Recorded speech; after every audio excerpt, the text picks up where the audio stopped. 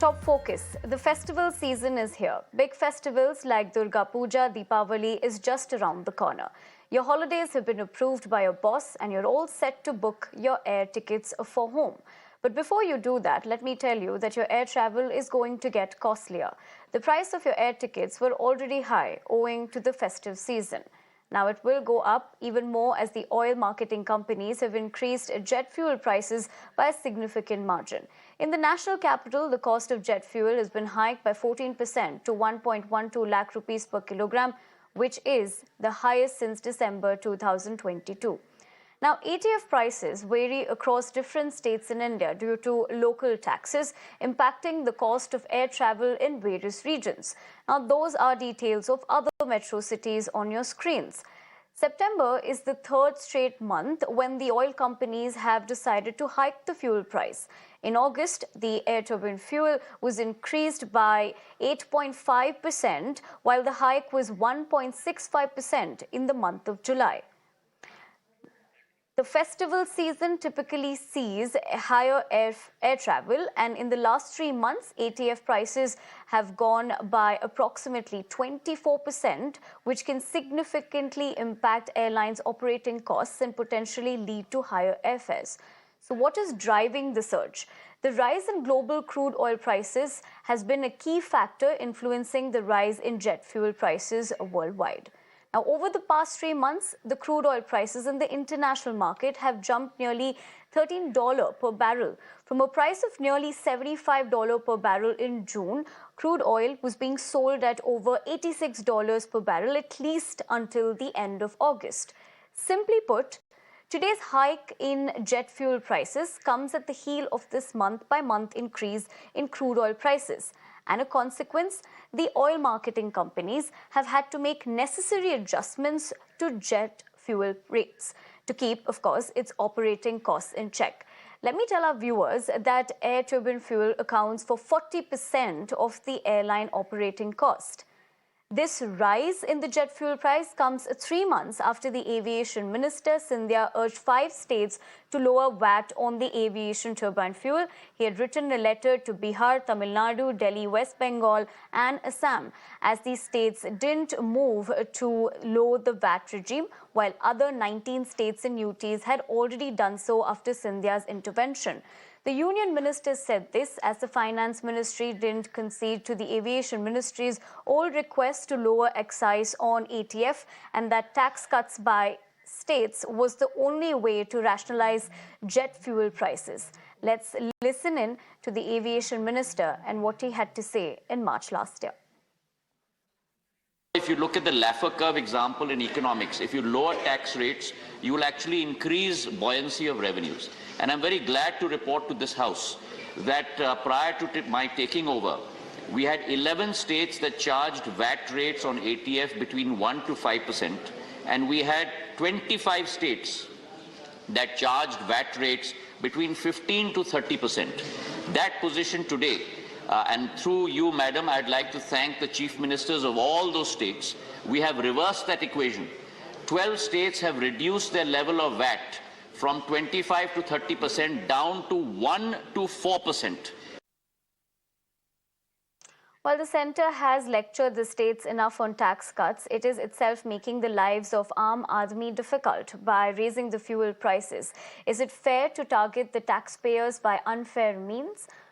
Well, exactly 2 days ago, the price of the domestic LPG cylinders were cut by rupees 200 for all connections as a gift on the occasion of Raksha Bandhan, and now the airfares are set to go up once again, ultimately making our lives difficult, burning a hole in the pockets of Aam Aadmi. Is this fair? Is the rise in the jet fuel really linked to the rise in global crude oil prices, or there's more to that?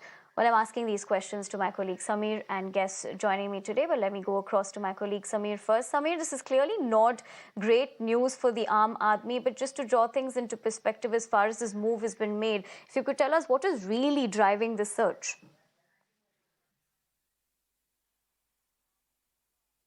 Yes, definitely. If you see the ATF, the aviation turbine fuel, which constitute to almost around 45 to 50% of any airline's operational cost, and if the prices goes up of this particular ATF, then this will have a direct impact on the airfares. So the OMCs or the oil marketing companies, they have been constantly saying that the global crude oil prices is going up, and they are left with no other option but to increase the prices domestically as well. And that we have seen that in the last 3 consecutive months, the prices has gone up. Today itself, the OMC has raised the ATF prices by around rupees 14,000 per kiloliter, which is 14% hike. And not just this one. If you see the cumulative figure of last 2 months, the ATF price has been hiked by more than rupees 21,000. So this raise in the ATF prices will definitely result in a higher airfares. It is very probable that in the upcoming festive season, the average airfare of any busy route like Delhi-Mumbai, Delhi-Chennai or Delhi-Kolkata, this might go up. Usually this period, when we are talking, it is a lull period. The traveling is slightly lower.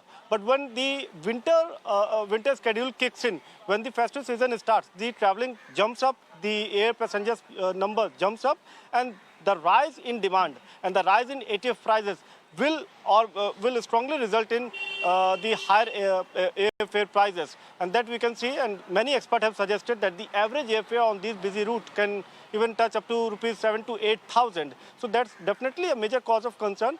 And as of now, government has a viewpoint that ATF, also the airfares, it is an unregulated aspect. ATF are not being These airfares are not being regulated by the government. So it all depends on the airlines or the market forces. So that's the sort of mathematics which is prevailing in this sector. Right, Sameer. I appreciate you joining us on the broadcast with all those details. But for the moment, we're going to leave it at that. But we continue this conversation with my guests who are joining me on the show.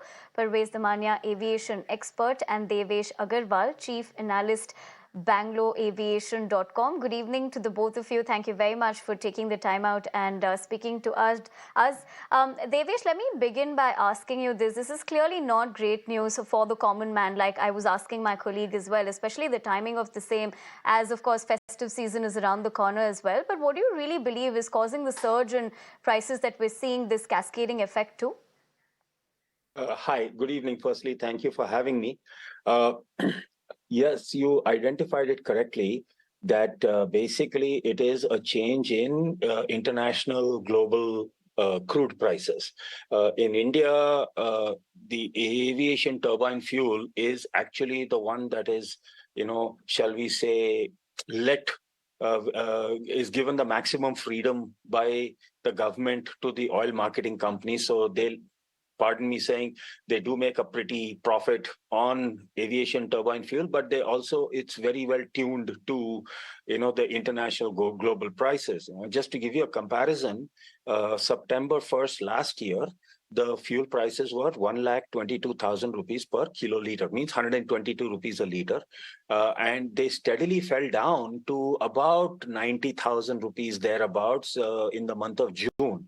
And now there's been a rather sharp increase back towards, the rate. So we are still below what we were a year ago, but yes, it has been going up. And if you compare even in the dollar pricing that Indian Oil charges for foreign operations, there the price is about 90 cents per liter, whereas I'm sorry, $1 per liter, whereas the international crude pricing of IATA is estimated at around 77 cents. So clearly India is about 30% over the global average.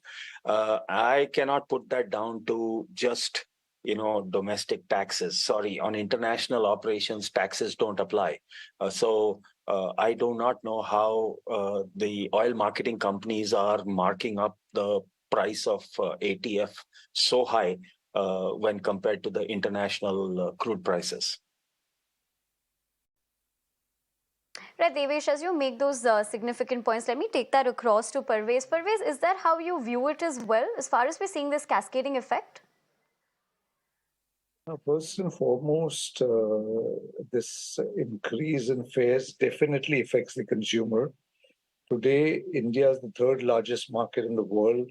We are growing at a fantastic pace. Everything is going on well. The aviation industry is really moving upwards.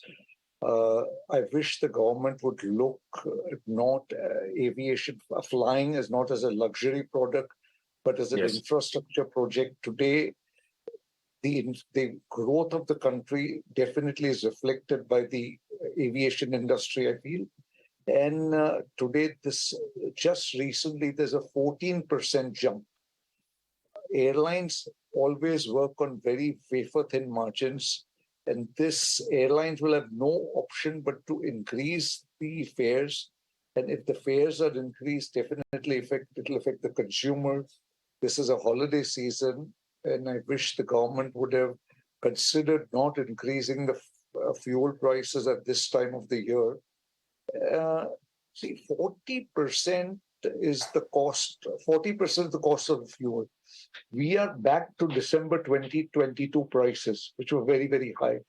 Now, I don't know how this will reflect what kind of fares increase the airlines will do. But ultimately, the person who's going to bear the brunt of this whole situation is the consumer. And that is not really fair to the consumer, because our Prime Minister's dream is that every person should fly Ude Hamara Har Nagarik. So if that is to be considered, I think the fuel companies should be a little more considerate and not increase these kind of prices. The government has been kind enough to decrease 200 rupees on the LPG cylinder, which was a very welcome gift to the consumer on Raksha Bandhan. And I don't think this is a very welcome gift to the consumer, this kind of increase in fares. So I hope the government reconsiders this increase and does something to reduce the fuel prices. Right, Parvez, as you say that and how it's unfair to the common man as well. Devesh, coming back to you, taking a point from what Parvez said as well, the dominoes effect is critical for Indian Airlines, as 40% of their operating costs are attributed to jet fuel. No, I fully agree. Firstly, I will say I'm in total agreement with what Parvez just said. Aviation is no longer, the domain of the rich and famous kind of thing. As you just said, I mean, aviation today, airlines is being flown by the Aam Aadmi. I mean, the government talks about, what is that? Ude Desh Ka Aam Nagrik, the Udan scheme. So when they're going for the common thing, how can they still continue to treat aviation as this golden goose that has to be, sucked dry in terms of taxes and fees and things like that? It's not how this country is going to expand its economy. I mean, we are entering a new age. We're in the 21st century. This is the knowledge economy. This is the economy of artificial intelligence.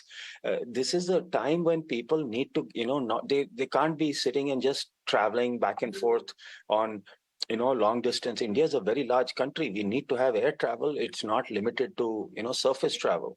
And definitely, you're talking about 40%. You are making those significant points and very important points, actually. I'd have to interject you there because we're also trying to get in our viewers' perspective. I'm just going to come back to you in a couple of minutes. Let me quickly take a caller who's called in from Bengaluru, Ravi. Ravi, good evening. Please go ahead and share with us your perspective that our guests would also like to know.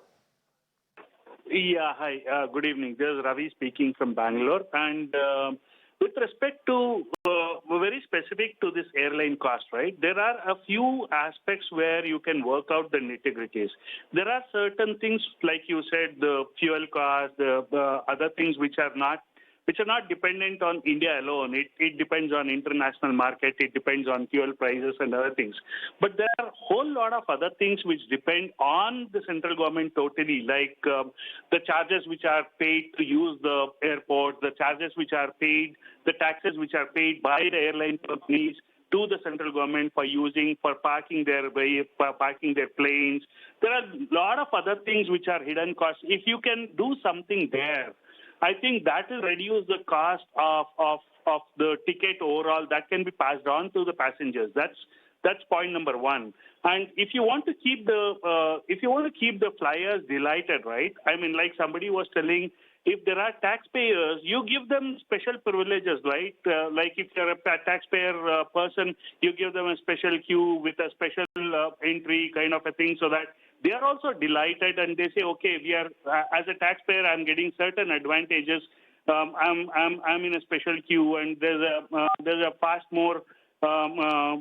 faster you can enter into the airport and into the airplanes and other things. So these kind of human touch also can be given, and definitely the cost can be worked out, which is with the central government altogether. I think there are a lot of other taxes and other things which I can definitely brief out, but I don't want to do it now. But which can be reduced and which can balance the fare actually. Ravi, can I say something? I can assure you Right, Ravi. the Appreciate you airlines joining are us. All right. just say 1 second to Ravi. Ravi, I assure you the airlines are running a very, very, very tight ship. Wherever they can save costs, wherever they can cut costs without affecting the safety of the passengers, they're doing it. So there is not too much flexibility now left with the airline to really reduce the cost of the tickets, apart from the government helping us with the lower cost of fuel. Add something here to Right. what Ravi Ravi, said. thank you for that. If I can please add a couple Right, of things. Devesh, go One ahead. is with Sure, due please go ahead. respect to Ravi's suggestion, yes, but then anybody who even sits in a cab is paying taxes on the diesel that is being used by the cab to get that person to the airport. So everybody is a taxpayer. But just to let you know, all the private airports, they have an agreement where they are assured a certain guaranteed rate of return on their investment, and the airport fees are calculated based on that agreement that they have already signed. So believe it or not, in the aviation sector, the only competitive part in the entire aviation sector is the airlines. The oil marketing companies are monopolies, the airports are monopolies, the airspace is monopolies, the air traffic control is monopoly. Everything is monopoly except the airlines. The airlines have to compete. Others can charge whatever they feel like. All right, Devesh, as you point that out, clearly also overall the demand remains the key driver. So Parvez, coming to you, can we expect many carriers to revisit their fuel hedging strategies sooner than they would have liked? See, first of all, the very saving grace of the airline is that the growth has not reduced. The growth is keeping on going on and on. And what I've observed that even with good or bad, even with higher fares, the flights are full, which is good, which is very good for the aviation industry. If the aviation industry is to grow and prosper, we need the kind of loads that are happening right now. Let's hope that the international prices of crude oil go down.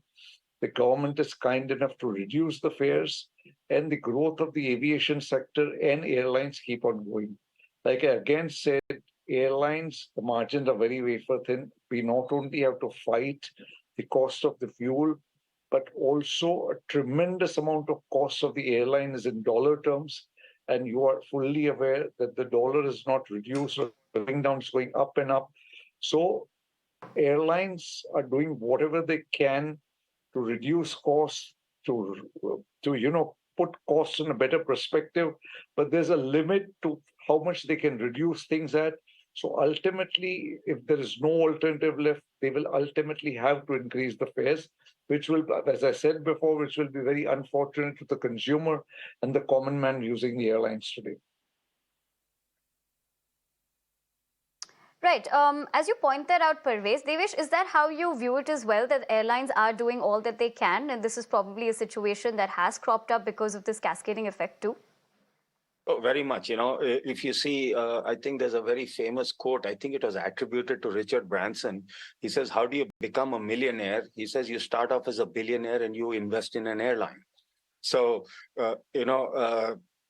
airlines are definitely running a very tight ship. As I pointed out, in the entire aviation sector, they are the only competitive element in the whole thing. And up till now, let's face it, airline ticket prices are purely a function of supply and demand. Holidays are going to get expensive. I would urge passengers to stay with, reliable airlines. we know the big three airlines, they are likely to operate their flights, less likely to cancel their flights. So whoever is doing their planning, I would urge them to do that one thing as a safety precaution. And accept the fact that airline seat prices are purely driven by demand. If you look at the month of August, you are in the media. When did we last see? We started now in the month of August, suddenly started seeing, oh, festive season sale, anniversary sale. When was the last time you recall? I think it was prior to COVID that you saw sale prices, discounts, things like that. So up till now, airlines have been having a good high demand ratio, but now demand is beginning to peak out. The revenge travel has slowed down, things like that. So demand is high, but it is beginning to taper off, and you're beginning to see pressure on the airline. So I also see the coming quarter not being very kind on airlines in terms of their financial results. Right. Parvez, just talking about what Devesh spoke about as well, but if we were to talk about the aspect of the Asia-Pacific region, which appears to be having the biggest impact on the jet fuel market sentiment? If I may, it does have a large portion, but if you see, the largest portion in the global index of aviation fuel actually is North America with 39%, Europe is 28%, Asia and Oceania, which includes Australia and all, is 22%. By and large, if you see, Asia is one of the lowest, if not the lowest, when it comes to aviation fuel prices. It's, as I said, it's around 281 cents per gallon, which is what I quoted you about, 77.7 cents per liter is what it works out to. But whereas if you look at North America, it is 313, and Europe, it is 300. So probably Asia, in fact, I think Asia is one of the lowest. Curiously, the Middle East is also not the lowest in the world. Even though bulk of the fuel oil is generated there, I guess refining or whatever. I'm not so much of an expert on international commodity prices and how these prices are derived, but Asia is one of the cheapest places where you get fuel. All right, not India, Devesh though. and Parvez, on that note, I want to have to appreciate you for taking the time out and joining us with your perspective, and of course also drawing this perspective for our viewers. But for the moment, we're going to leave it at that, but also